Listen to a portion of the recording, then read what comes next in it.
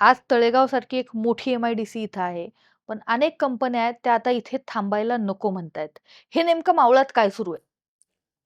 मी 2019 पूर्वी ज्यावेळेस या राज्यामध्ये आमदार म्हणून किंवा मंत्री म्हणून काम करत होतो, आदरणीय राज्याचे मुख्यमंत्री देवेंद्रजी फडणवीस साहेब यांचं एक मॅग्नेटिक महाराष्ट्राच्या माध्यमातून एक व्हिजन आहे.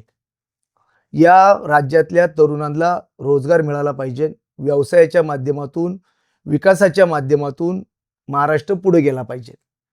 या भूमिकेतून ज्यावेळेस 2022च्या दरम्यान महाराष्ट्रामध्ये हुंदाई नावाची आंतरराष्ट्रीय कंपनी येण्याचा निर्णय घेतला, त्या मीटिंगला मी स्वतः त्या ठिकाणी उपस्थित होतो आणि मला त्या ठिकाणी माननीय मुख्यमंत्री देवेंद्रजींनी सांगितलं की आपल्याला या कंपनीला त्या ठिकाणी सुरक्षा मिळाली पाहिजे.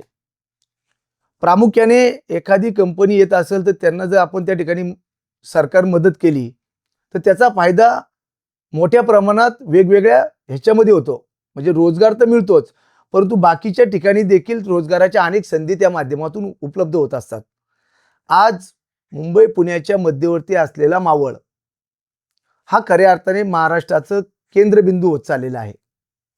आणि अशा काळात या भागात येणाऱ्या कंपन्या, या भागात येणारे उद्योजक यांना दबाव टाकणे, त्यांना कामामध्ये मलाच ते काम पाहिजे, माझेच जवळचे सहकारी काम करणार, अशा पद्धतीने त्रास देऊन या भागातल्या कंपन्यांना जास्तीत जास्त त्या ठिकाणी व्यवसायाला मदत करण्यापेक्षा दहशत वापरून त्यांना त्रास दिल्यामुळे अनेक कंपन्या म्हणतात की मावळमध्ये नको.